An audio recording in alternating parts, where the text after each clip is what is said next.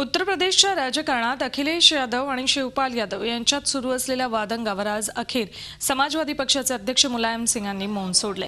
संसदीय पक्षाच्या बैठकीत आज मुलायम सिंगांनी अखिलेश आणि शिवपाल यादव यांच्यात कुठलाही वाद नाही असं सांगितलेलं आहे। शिवाय न्यायालयानं भ्रष्टाचाराची चौकशी लावल्यावर पदावरून हटवण्यात आलेल्या खाण मंत्री गायत्री प्रजापती यांना पुन्हा एकदा मंत्रिमंडळात घेण्यात येणार असल्याचंही त्यांनी सांगितलं।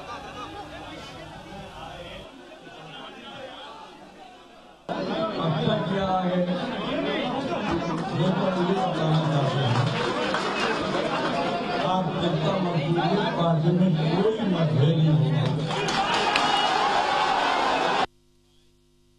हमारे रहते पार्टी में कोई फूट नहीं हो सकती। मैंने ये बात क्यों कही कि ये पूरे के पूरा सब बैठा हुआ मुझ पर पूरा विश्वास है